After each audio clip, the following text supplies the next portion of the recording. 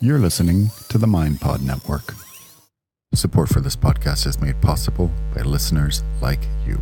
Head on over to zachlarry.com and use the Amazon portal to buy your stuff, or just make a donation using PayPal to support this podcast, bringing you content week in and week out. It's all happening. It's all happening. It's all happening. It's all happening. It's all happening.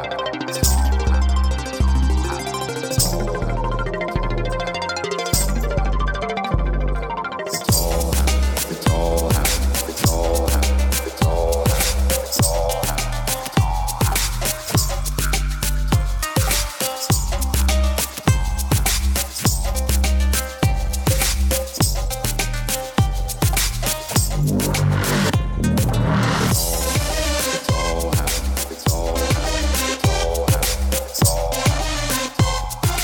Hello, friends. Welcome to the podcast, episode 105 of It's All Happening with Zach Larry. That is me, your host. I'm so happy that you're here. I'm going to push a couple buttons. Here we all are. This week on the podcast, we have Rob Greenfield, who is an environmentalist extraordinaire, really. He's an adventurer, an environmental activist, a humanitarian, and as he says, a dude making a difference. And when you hear about how he's making a difference, he really is. A lot of us think we are, we buy a Prius or a Tesla, or we're militant about our recycling. And not to beat ourselves up or anything, that's all fine and well, but he's really doing a lot of incredible things. So we're going to talk about him in a second. But first, we have to turn our attention, of course. I'm from Los Angeles, born and raised in quote unquote, in quotation marks, Hollywood. And, for those of you who are not from Hollywood, Hollywood is much more than a place. It is an idea. It is an industry. It is sort of a state of mind, if you will. And the Harvey Weinstein story, which as terrible as it is no doubt sweeping this city. And we're going to talk a little bit about that.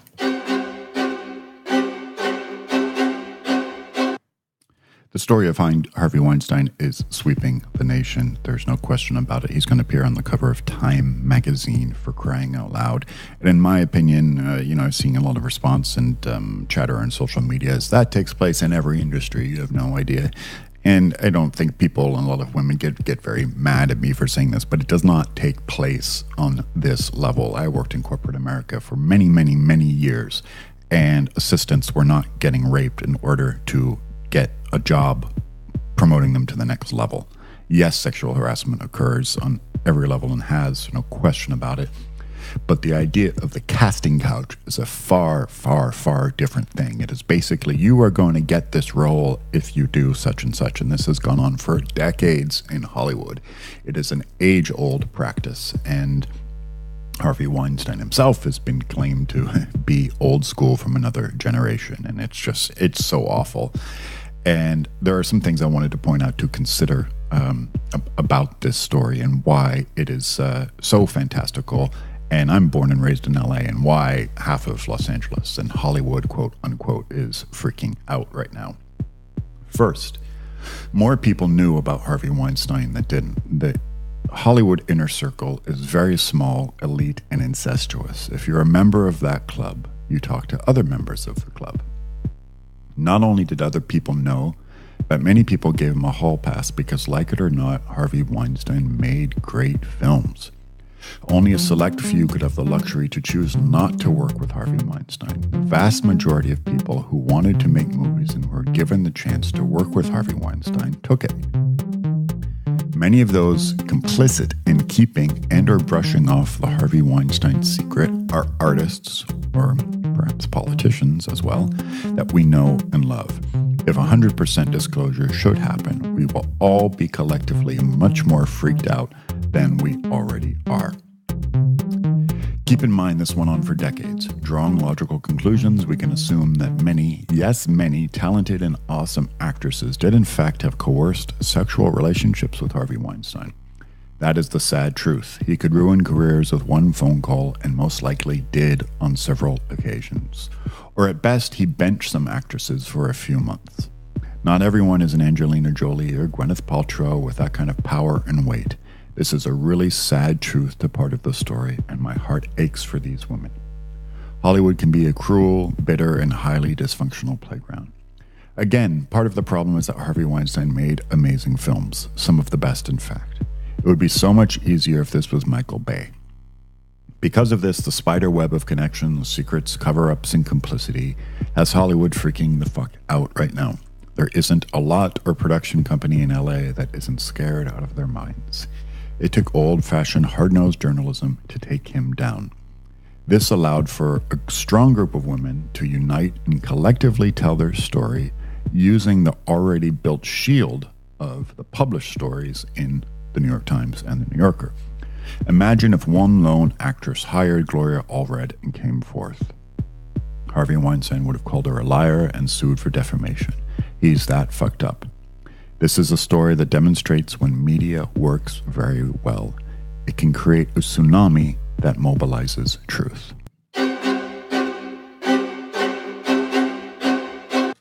So there's some thoughts on Harvey Weinstein. Just wanted to share that. So this week on the podcast, we have Rob Greenfield. As I mentioned before, he is an adventurer, an environmental activist, a humanitarian, and a dude making a difference. He is the creator of the Food Waste Fiasco, a campaign that strives to end food waste and hunger in the United States.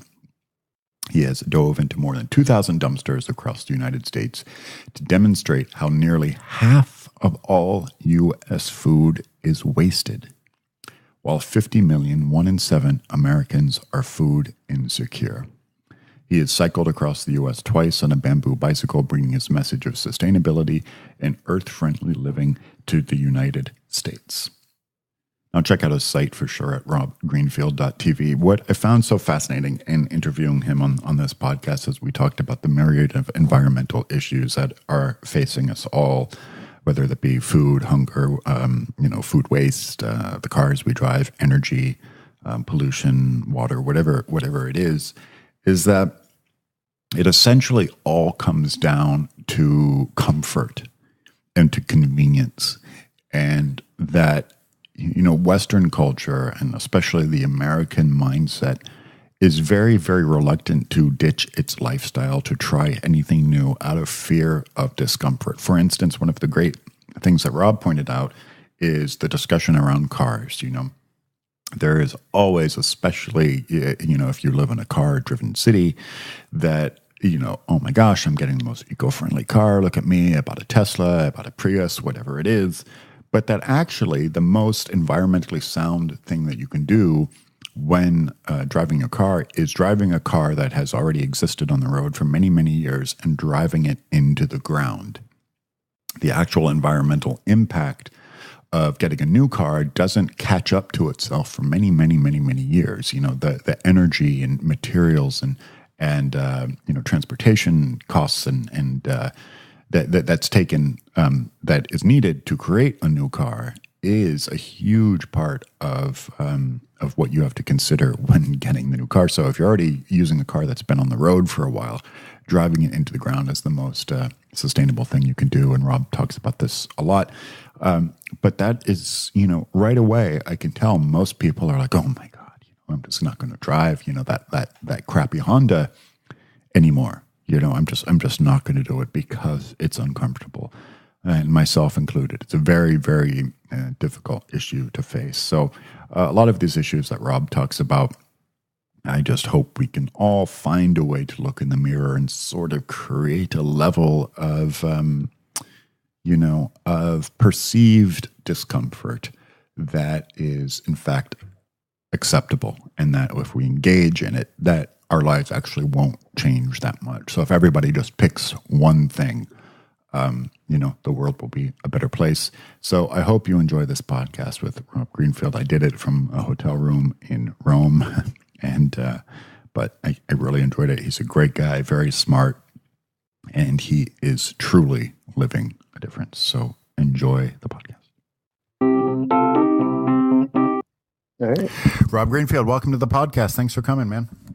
Yeah, thanks for having me on, Zach.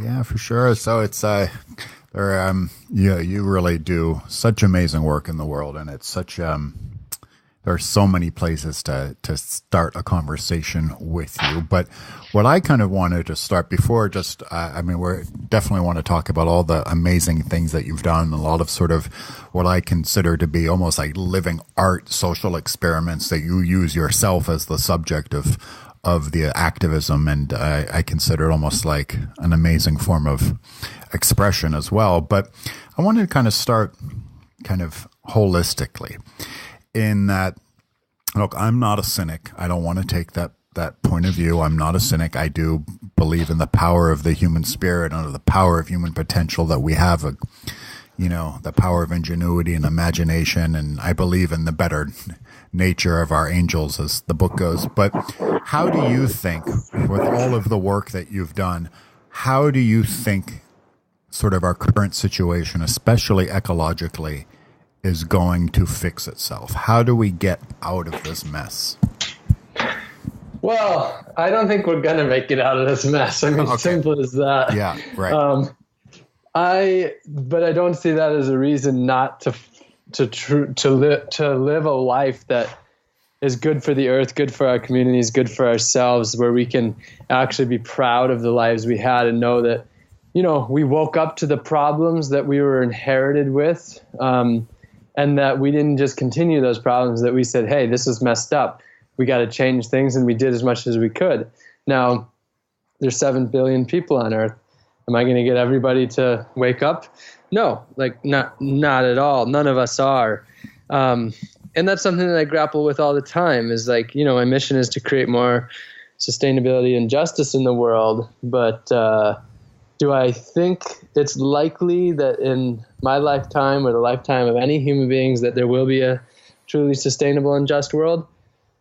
I don't, but I do think that we can create sustainable and just communities that can ripple around the world and show what's possible. I think we can start growing our own food and start, getting away from fossil fuels, and we can be examples of these things. And I think that's something to be proud of, and I think it's something that's worth it, even if we don't create an entire world of it. So I agree with you 100%. But what do you think? Do you have any ideas about how you think it's sort of what the tipping point is? Like, do you think it's sort of rising sea levels and like flooding of Manhattan and London? I mean, do you think is it an ecological disaster? Is it clean water and food? Is it medicine? Is it nuclear war? I mean, what do you think is sort of going to be like the final sort of like, like my personal philosophy is that I think the human race gets to be, I don't know what the number is, but maybe 20, 30 billion people. And then something happens, which maybe cuts that number down drastically, but it doesn't completely eviscerate us. It just, something's going to happen. What do you think it is? I would doubt that it would be any one particular thing. I would see more like many tipping points happening around the world, rather than we do live in a very diverse world where there's so much happening at any one point. And so there isn't like any one global trends, because the thing that can be trending in one part of the country can be on the exact opposite downtrend in another country. Right. So I think one of the biggest lessons I've learned is there is no black and white on Earth. Everything is gray, and there's not really easy answers to just about any big issues. Yeah, that's for certain. But through all of this, we live in this amazing world to where and the work that you do, we have so much data available for us now. Maybe even, I don't know, 50 years ago, 60 years ago, when, there wasn't as much data available at our fingertips, and to really kind of understand, the ecological, the impact that we were kind of doing to the planet. But now there is. And I know a lot of people, and you inspire a lot of people to change, people have access to new ways of life. But like through all the people that you meet, and I know that you travel, what do you think is the resistance? Why don't people adapt, like want to change as much as they need to? What is it that is, what's the resistance model? Well, there's there's so much resistance in so many different ways. One of them is social norms. Like we're all born and indoctrinated with these certain ideas, and we have these ideas that that's the right way. For example, car ownership in the United States. Even myself, I grew up my whole life with this idea that a car is freedom, a car is a sign of success, and now, for me, it's the opposite. A car is the opposite of freedom. It is the requirement to work. The average person spends $7,000 a year on their car. So that's the opposite of freedom. It's a burden. It's a tie down. So I guess getting off point a little bit, but social norms is a big part of it. Social stigma on things. The other part is that going against the grain is hard. We're talking about having to be different, which most people want to be somewhat different, but generally normal enough. And then right. That's funny. Yeah. But then there's the fact that we're talking about, one of our biggest problems is money in politics. Even if we want something, well, so much is influenced by lobbying and money in politics.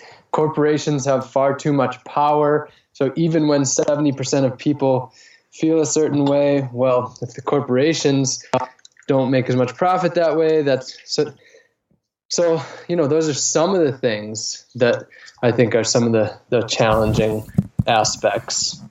Yeah, it's definitely like, there used to be, even in my lifetime, there was definitely more of a stigma, like, you goddamn fringe hippie, man. You just like, it's, there was definitely more of that. And now, granted, I live in a pretty progressive part of the country, I guess, to where it's a little bit more accepted to sort of be fringe or to try new ideas and to try new things. But I still, that's a great point that you make, is that we, people don't want to be judged. Yeah. And growing up in Wisconsin, that's, it's still like that there. Like the idea of being vegetarian or vegan in the dairy state, it's like at every meal, people are like, where's the beef? Right. And you have to deal with that at every meal. So not only have you made a change that might be hard on its own, but you have that resistance at every single meal. Whereas like out here in California, I lived in San Diego for 5 years. At least people let you be yourself, and like they don't generally care what you're doing. You can kind of just be yourself, which makes it a lot easier. But it's still that way in Wisconsin. There's still people every day saying, no beef in your meal? What's wrong with you? Right, exactly. And I think the Los Angeles equivalent of that is back to the car thing. It's like, wait, what do you mean you don't have a great car? Like, you must not be doing well. That's the thing in Los Angeles. That's the mentality. You must not be doing well if you don't have the right car. Well, and that's such an important thing that you bring up, because here's the thing, like, in Los Angeles, it is cool to have a nice new electric car, like a Tesla. Right, a Tesla or something, yeah. Or even just a Prius. But the reality is the more environmentally friendly thing to do is to keep driving your old, like, vehicle. Maybe not like, I don't know if it's, SUVs and stuff like that. But if you have an old, like, sedan, the more environmentally friendly thing to do is ride that thing to its death. And if you do get an electric car, you have to use it for 18 to 21 years is the statistics before it's worth it, that it like offsets it, because so much impact is created from creating cars. And so ultimately not having a new electric car is better, but who wants to drive around an old Ford Taurus? Right, exactly. I mean, I'm I'll raise my hand. I can be that person at times. It's a hard one to break through, but that's a really interesting metric. So, I'd love to just talk about the specifics of that for a second. I mean, if like the details. So, okay, driving a car into the ground is that's the most ecological. If you have a car, assuming you're going to drive a car, I know you're a proponent for not having a car, but let's just say you're going to have a car. So driving the car that you have into the ground is the most ecologically sound thing you can do. Yeah, I wouldn't say that that's a blanket statement that can be applied to every single scenario. Yeah. But if you have like a decent, let's say something like a Ford Taurus or a Geo Metro, something that's getting decent gas mileage, like not some camper that gets 8 miles to the gallon, but something that's in the 20s or something like that. It is far more environmentally responsible to use that for another 10 years if it's working all right, than to get a new electric car. And if you do get a new electric car and you get a new one every 10 years, you're not doing a favor to the earth, because you really have to make it worth it. You have to use the electric car for about 20 years. Really? That's long? Yeah. If you look up the research, that's what it says. It's like, we can't have a system where we can't build these technologies that are obsolete so quickly. That's never going to be sustainable. So that's one of the mindsets we have to get past, because the thing is, you always look at the next model of the car and you're always like, that's newer. And somehow we can tell that it's a newer model. And that's something that I don't understand how that works. But some things quickly start to look old. That's perceived obsolescence. But that's one of the biggest, we have to get over that, perceived obsolescence. And of course, corporations play a big role in that, because they want stuff to start to look old. Yeah, of course, and shiny objects and product lust, and having the latest shiny object is a great that's a very seductive corporate philosophy.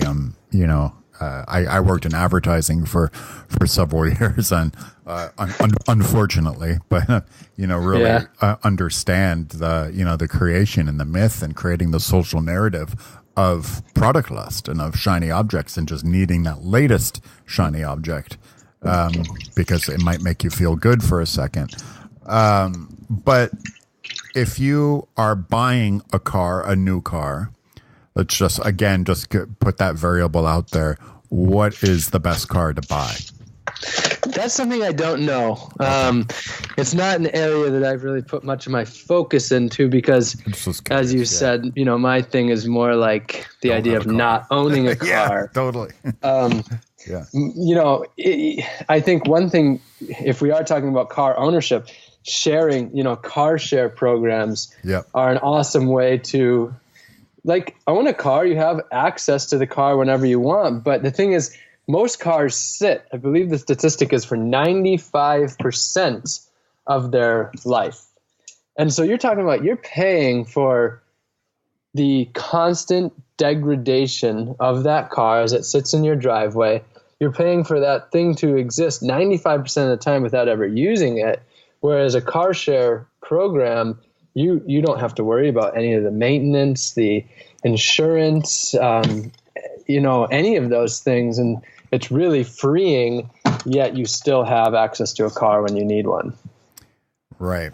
And I can attest, my last year, my lease on my Prius ran out, and I live in LA, and I'm born and raised in LA, and the culture around cars is that you need one.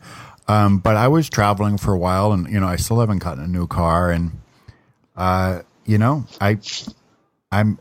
it actually worked out. It's not as bad these days as people thought it would be, between all of those things. And I think that's so much of the work that you do is that, you have this idea that oh my God, it's going to impact my life so much. I can't alter my life like that.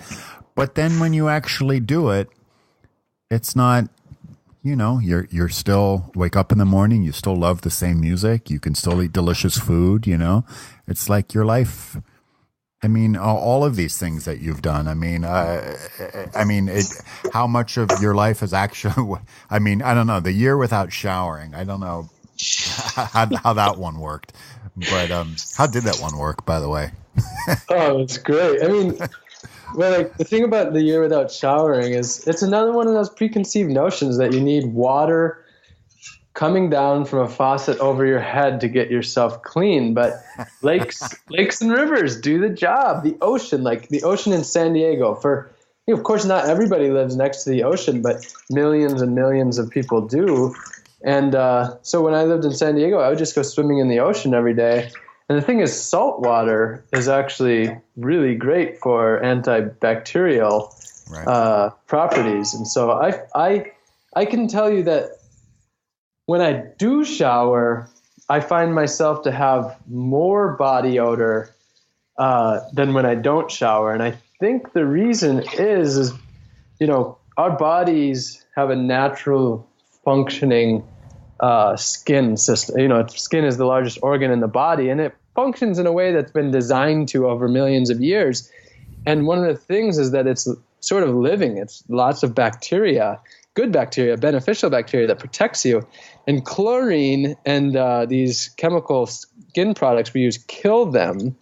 And so I found that once I stopped using that stuff, my skin became much healthier. And actually the body odor that I had went away. And if I do get into showering, I find that I have body odor. But if I just go back to swimming in the ocean, I find that the body odor goes away. What? Really? Wow. That's my experience. Salt, I think there's no better deodorant than salt water and sun on your armpits. Wow. That's interesting. I think that's my personal experience, though. Well, that's good to know. And is it safe to say that you live off the grid? Well, when I lived in the tiny house, I lived off the grid. I harvested rainwater for all my water needs, and I had solar panels for the little bit of electricity that I needed. Yep. But now I'm traveling. I've been traveling for the last since March 3rd of last year, so getting close to 2 years.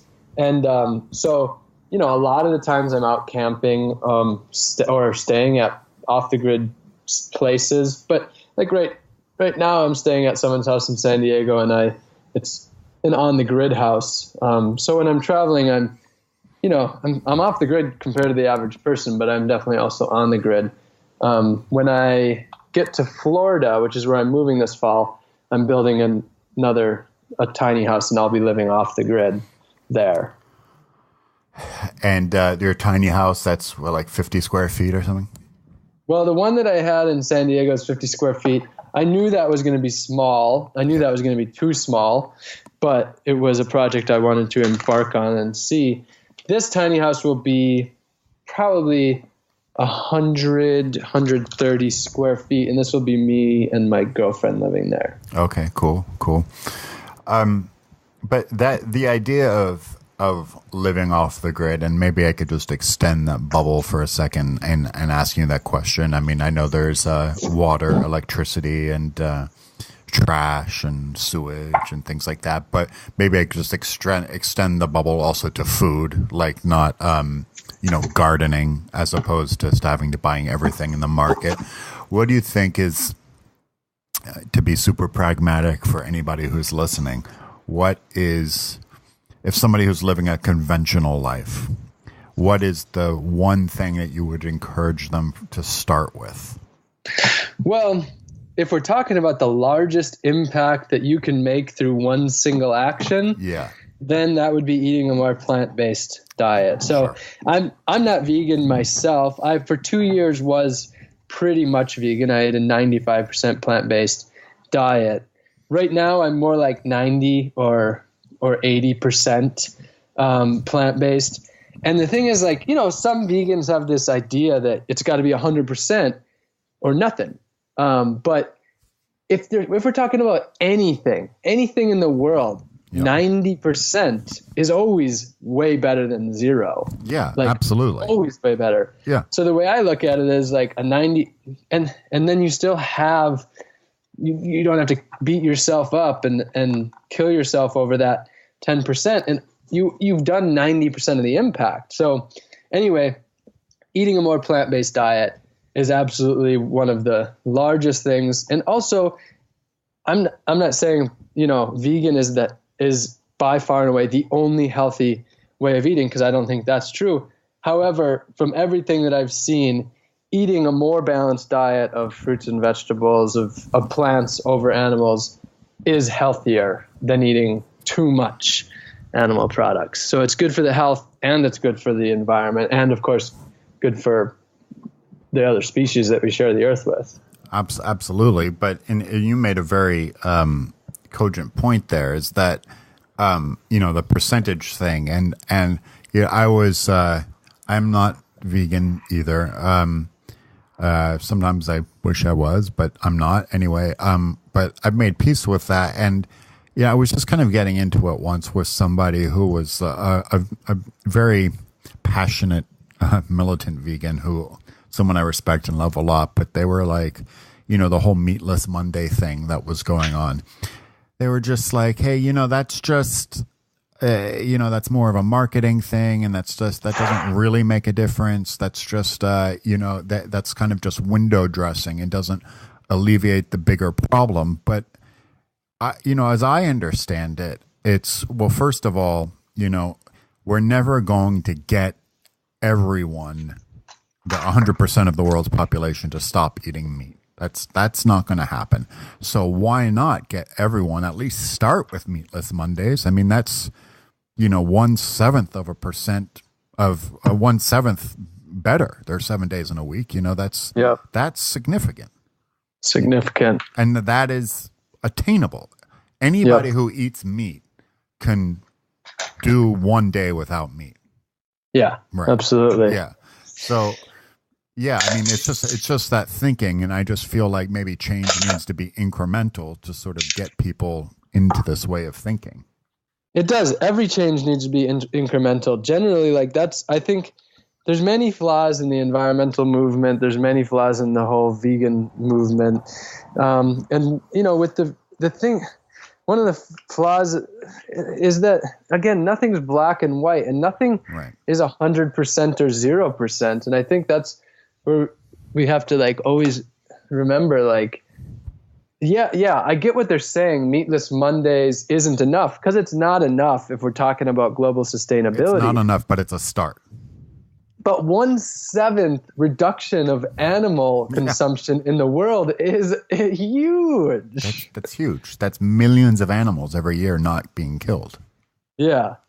So that's the tricky thing about all of this stuff, is it's all extremely complex, and a lot of people have jobs that are 40 to 60 hours a week. My thing is, this is my job. I spend 40 to 80 hours a week learning about sustainability. By job, it's not that I'm making money off of it, but this is for the last 5 or 6 years, this has been a full-time thing, starting to understand the world that we live in and how our actions affect the world, because we live in a very complex, globalized society. It's a full-time job to understand our lives. Yeah, that's really.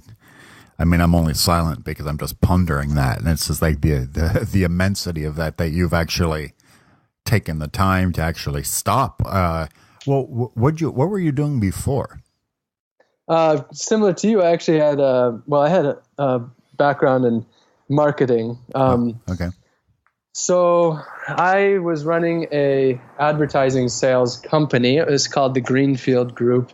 And basically my first product was advertising on shopping carts and register tapes at the grocery stores.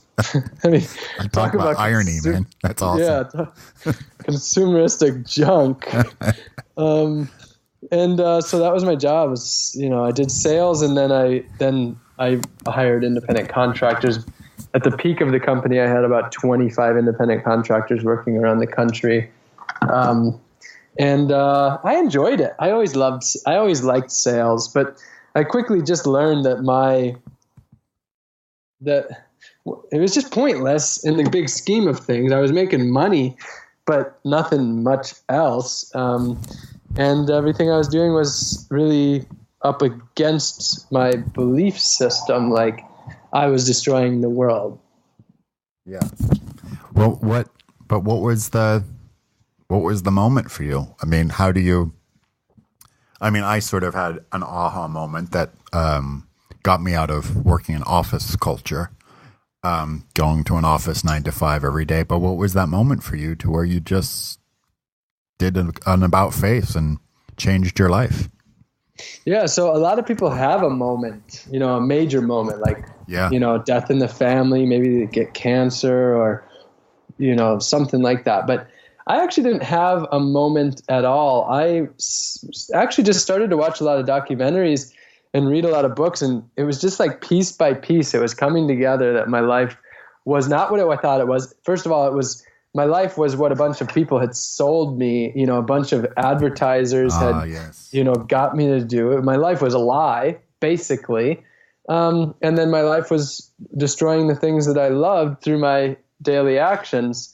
And so it was just like, documentary after documentary, continually waking up. And then, so I didn't have that big aha moment ever. Interesting. It was just kind of a gradual, kind of just getting in touch with in the yogic, the yogic sense, almost just kind of getting in touch with your dharma.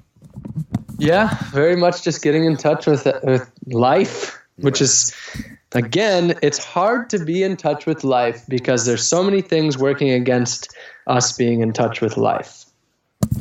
Yeah, of course. And like the biggest thing being, especially in the Western mindset, and I'll even narrow that down within the Western American mindset, is that you're busy. You got to stay busy. You got to do things, and just keep doing things. You don't have time to stop and wake up and ponder and stop to consider and maybe take a break and just look at the bigger picture. I mean, this idea that we've perpetuated in America about constantly staying busy is, the older I get, the more increasingly odd I find it. It's crazy. And I'm weird. Still a culprit of that. Like I'm constantly staying busy with something more purposeful than I was before. Busy but doing what you love. I mean, with a purpose. Yes. But even then it's like, you also just got to live, man. I'm too busy. I'm definitely too busy. I gotta because in a world where you're always busy like this, it's always not going to work out. I don't think like this busy mindset will never work out for us. Right. Yeah. 100% agreed. And there's these classic studies and they're everywhere on YouTube and they're kind of easy to find about, interviewing, people who are old, who are kind of on their deathbed, 90 and above or something, and asking them what it is they wish they did more in life. And no one says, I wish I was busier or I wish I worked more. 100%. Nobody says that, Yeah. So, we know that now. So, and yet we're kind of just seem to be sort of, I don't know. You think we're hardwired to do it, or is that just kind of, it's back to the social conditioning thing you were talking about? Yeah, I don't know. And then again, like so much of what we do is based on, so much of it comes back to huge corporations and lobbying. I think like they have extreme power through, the average person sees like 10,000 ads or something more than that per year. It might be much more than that. It's just hard to combat that. Like they know how our brains work and they're tapping into that in a way that's very hard to mentally fight against. Yeah, it is. And we're incredibly susceptible to it. I mean, media is a very powerful mechanism. I mean, Marshall McLuhan saw this, 50 years ago. Who controls your screens controls your brains. And now 50 years later, we're seeing that in a lot of ways. But, the life that you kind of made this transition and leading a more purposeful life and doing this, how do you, being someone who was on the other side of the fence, do you consume media in any way? Do you have a point of view on that? Yeah. I do consume media for sure. One of the most important things I think is consciously consuming media. So one of the things that I did is I don't have a Facebook news feed, because what the Facebook news feed does is you don't really choose what you're going to consume that day. Something catches your eye, and then you read that. So I instead say, what do I want to look up today? And then I go to Google and I look that up, rather than just sort of unconsciously, blindly consuming whatever media caught my eye that moment. So like, I just unfollowed everything. But the other option is there's actually a newsfeed blocker. It's a Google Chrome app. I don't remember what it's called, but you'd be able to find it. And it just blocks your newsfeed. And then if you want to consciously go to your newsfeed, then you turn the blocker off. So I kind of put all of these little self-control, because I don't have perfect self-control by any means. When it comes to computer stuff, I have horrible self-control because they're so darn addicting. Yeah. So I try to find ways like that to kind of like fight the kind of human thing of wanting to constantly be on the dang social media and stuff.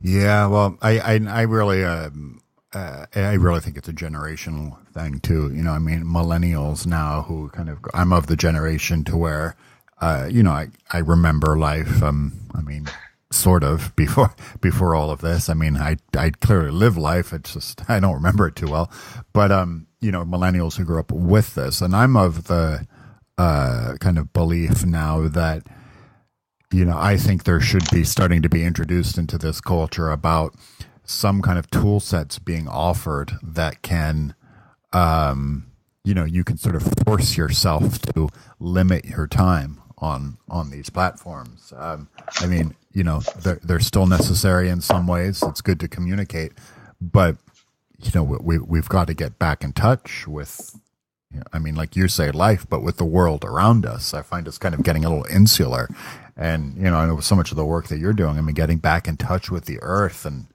walking in the grass and the rivers, and like you're taking baths in rivers. I mean, oh my God, that sounds so foreign in our modern day world. I know.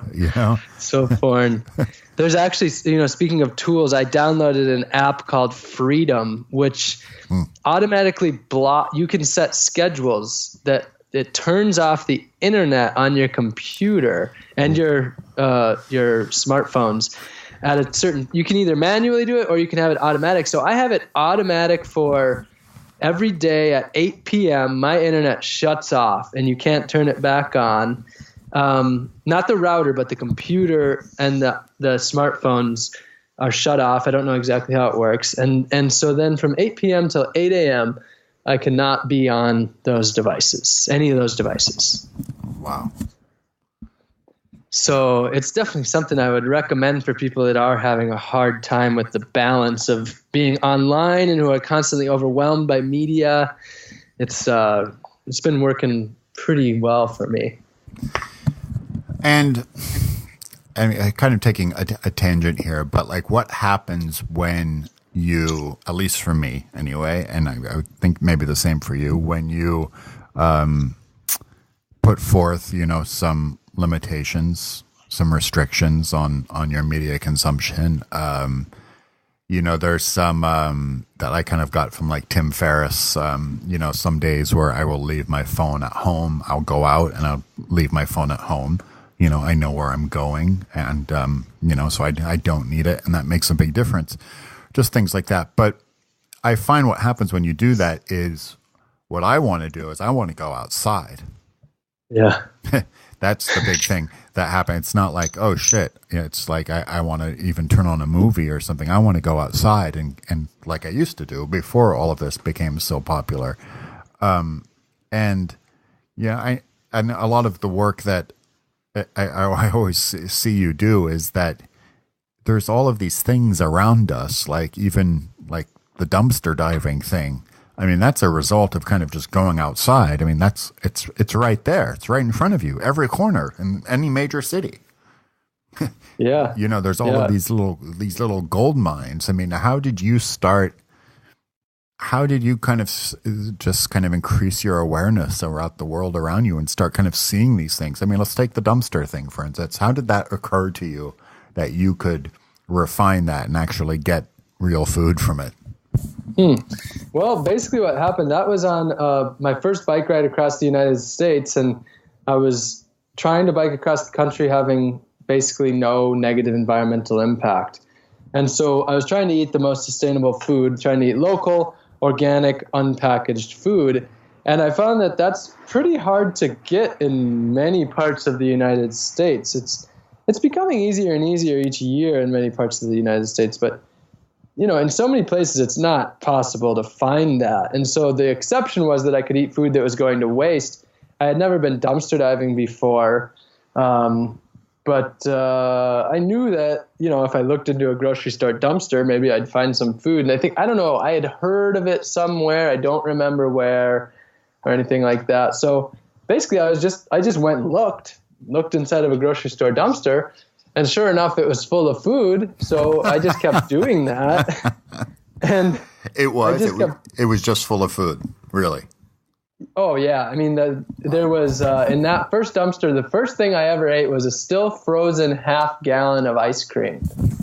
There was silk, vegan yogurt. There was zucchinis and peppers. And I mean, in reality, that was not full compared to what I saw in the future. But it was enough food to take home, maybe it was $100 or something. But after that, I started to find dumpsters with thousands of dollars worth of food in one dumpster. So it wasn't actually, the first one wasn't as full as what I've found now. Right. I see. What are you finding now? To give you an example, I was in Chicago. And I'll give you an example, but it's standard. In Chicago, I go to this one store. I can't remember the name. It's in the northern suburbs. They've got 3 full-size dumpsters, and 2 of them are basically brimming over the top, you can't even shut it, full of perfectly good food, mostly all fresh fruits and vegetables. One of the third dumpster that wasn't full had dozens and dozens of watermelons and cantaloupes that were still good. So we're talking about thousands of dollars of the perfectly good food. I took a lot of that. And then I went back later that night, I believe is what it was, and it was empty. So the trucks had come and picked it up already. But then the next day I went back and the dumpsters were already almost full of food again. Oh my God, it's so crazy. And I was in Santa Cruz just a week ago with my friends. They stopped at this one bakery, and this bakery dumpster was literally brimming over with bread. There was probably 300 plus loaves of quality bread. And the next day we went back, and it had already been emptied and started to fill up again. And it already had, I think it was about probably 70 loaves in there. And that was 12 hours later. It had already been emptied, and now there were 70 more loaves in it.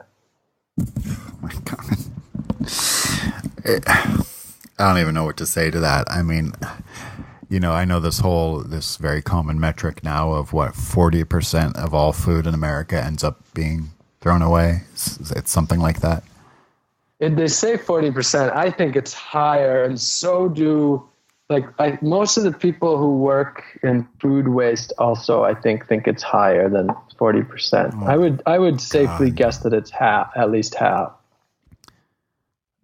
It's just so crazy. So the source of that being, forget personal consumption, just not finishing your meal, just putting that aside for a second. But the source of that, you finding these dumpsters at the markets, the source of that is what? Why are they doing that? Well, so as with anything, there's, so many factors.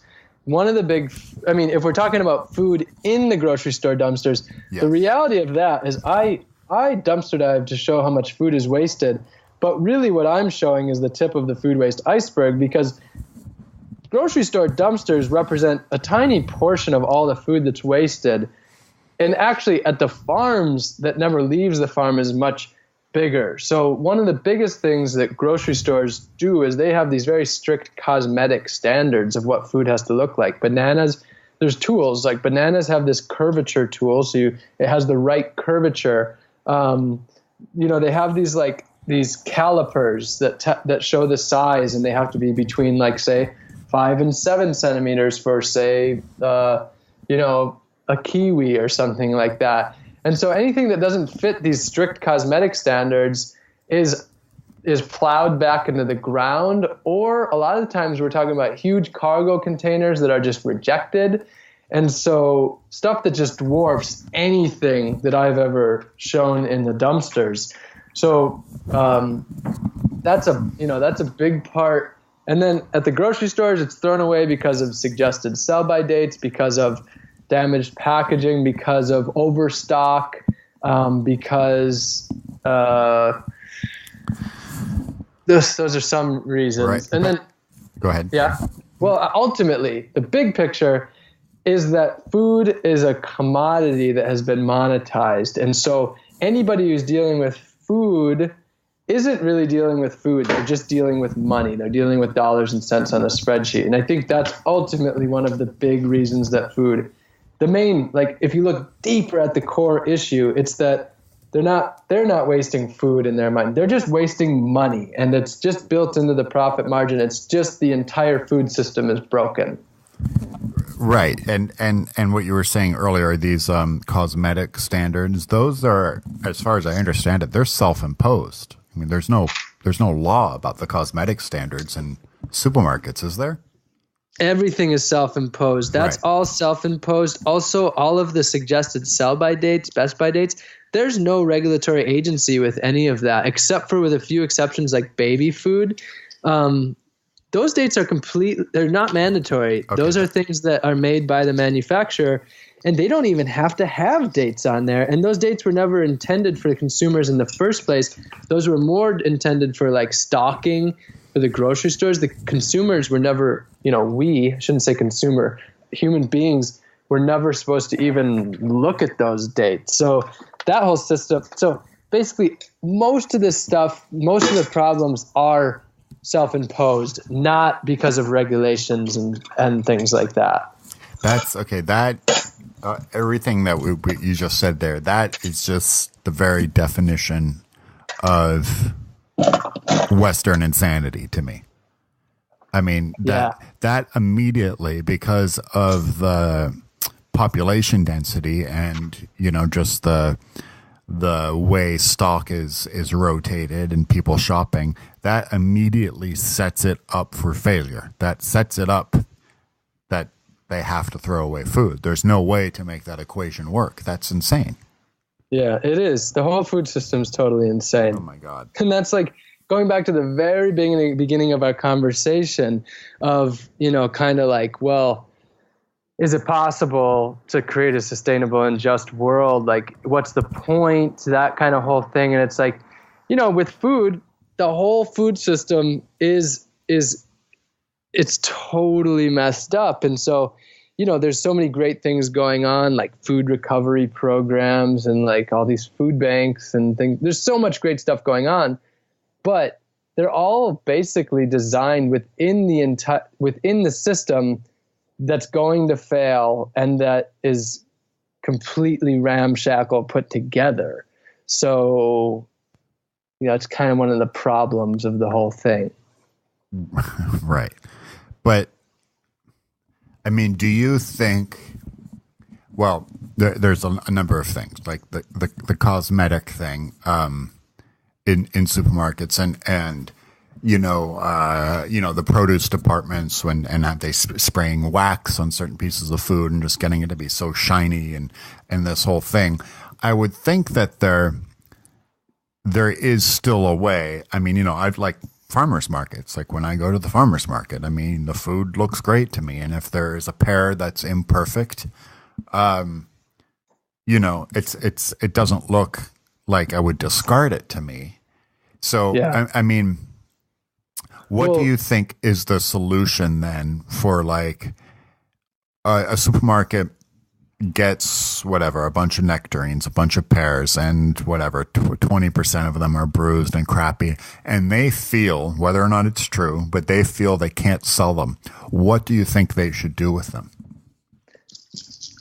Yeah, I mean, so you made a really good point, and I just want to make sure that all of this stuff is solvable. Like and most of it's common sense. Like the reality is what we need is just to start thinking with common sense, because most of our major problems are like really solvable if we just cared and wanted to and stop doing these absurd things. So, there are so many I said the entire system's messed up, but there's so many people showing alternatives that do work.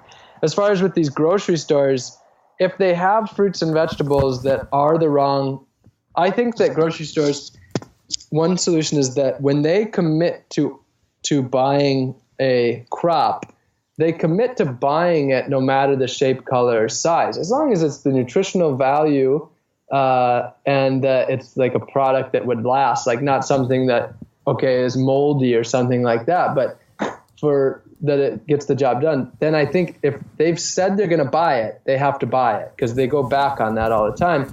And then what they have to do is they have to make a product, like if the carrots are too crooked, then they have carrot juice. And if the sweet potatoes are too big, then they have sweet potato fries. And right. So like that's one thing, is just using the products well. But ultimately, that still poses the problem is that the globalized food system still doesn't work, because if they order 10,000 watermelons, but then it turns out it's a cold week, so people aren't buying watermelons because they usually want watermelons when it's hot out, then you have thousands of watermelons going to waste. So ultimately, like this globalized grocery store food system just can't work, I don't think. Right. It's just not sustainable. Right. I don't think there's any way to make the globalized mega grocery store system sustainable. Like you can make it better, but it could never be really actually sustainable. Yeah, it's just so interesting. It's just one of those things that it just from the onset, sort of when it became, kind of came into play in America, especially this idea of variety. It wasn't until Michael Pollan loves to talk about this a lot, but up until 100 years ago, less than 100 years ago, everything was a farmer's market. I mean, that's just how you bought food. You didn't, you went one place for the fruit, you went one place for the meat, you went one place for the dairy, and there wasn't like this cornucopia of 200 brands of cereal or something. So it just feels like once again we set something up that we didn't really think it through, right? Well, it's so weird that what you just brought up. It's insane how quickly all of this became normal, because it's like you just said, it's only within the last 100 years that any of this came to exist. Before this, all of this idea would have been absurd. Right. But like somehow it is the norm where people think there is no other way, when in fact 99% of the existence of the human race has been a totally other way. Yeah. I mean that's exactly it. I mean the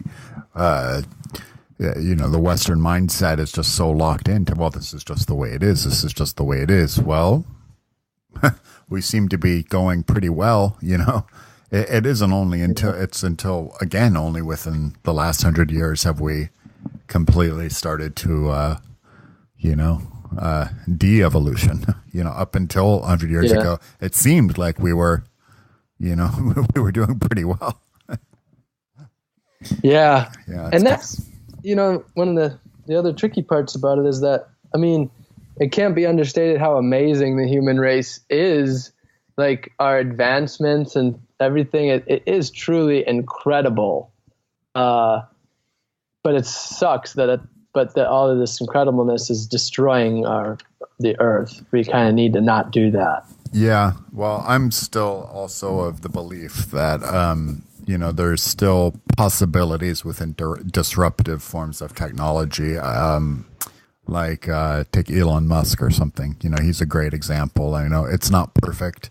I know the Tesla is not perfect and things like that, but the Hyperloop, for instance, getting us to, San Francisco in 40 minutes, for very, very cheaply in a way that's completely everyone can afford, and no greenhouse gases involved at all, no fossil fuels involved at all. So I mean, there's got to be a way to sort of like fuse all of these things together: responsible consumerism, sustainability, and responsible technology. It's really impressive what Elon Musk is up to, and I find myself typically pretty excited when I'm reading about most of what he's doing. It's a little hard to wrap your head around a lot of it because it's so big. And then at the same time, I have my huge reserves with things like the Hyperloop. It's one of those things. I mean, it's so exciting, but at the same time, like, well, none of these billionaires have got it right yet. So what's the odds that this billionaire has it right? Well, yeah, I think it's possible though. Like I got to remain an optimist. Like, somebody's going to do it right. Well, if anything, I believe it's more likely that Elon Musk colonizes Mars than that the world becomes a sustainable and just place. So I think that's more likely. Oh man, that's great. That's really funny. So in parting here, again, like if I asked you earlier, but you said kind of moving towards a plant-based diet. But if there's any one thing that you can sort of leave people with about encouraging them just to kind of change their lifestyle, what would it be? That would be it. It was kind of trying to just do more plant-based stuff. Actually, the reality is that my real recommendations aren't concrete things like that. It's more of a mind thing that is about freeing ourselves that allow us to make those concrete changes. So one of the biggest things would be not to be overwhelmed. Like this conversation you and I just had, even myself, I felt a little overwhelmed within it. Like, and so for someone else listening, it could be pretty overwhelming. But don't feel overwhelmed. Like anybody who's listening to this should feel empowered. They are in a place in the world where they have access to unlimited information to learn the problems that exist in the world and the solutions and what they can do to be a part of the solutions to the problems that exist. So instead, you should feel empowered and don't feel overwhelmed about needing to make hundreds of changes, and feel empowered instead that you know that you can start with one. And once you make that change and you're successful, then make another change. And then once you've done that, then make another change and another change. And know that it's going to take time. Great change does not almost ever happen overnight. It starts with small changes that grow and grow and grow into more and more and more. So start with one thing and then let it grow from there. That would be one of my biggest recommendations. Oh, it's beautiful. Those are beautiful words. And Rob Greenfield, thank you so much for your time. And it's robgreenfield.tv for you people on the internet. Check out the amazing things he's done with his life. And Rob, thank you for coming on the show. Well, thanks so much for having me on. It was a pleasure talking with you. And thanks for everyone for listening.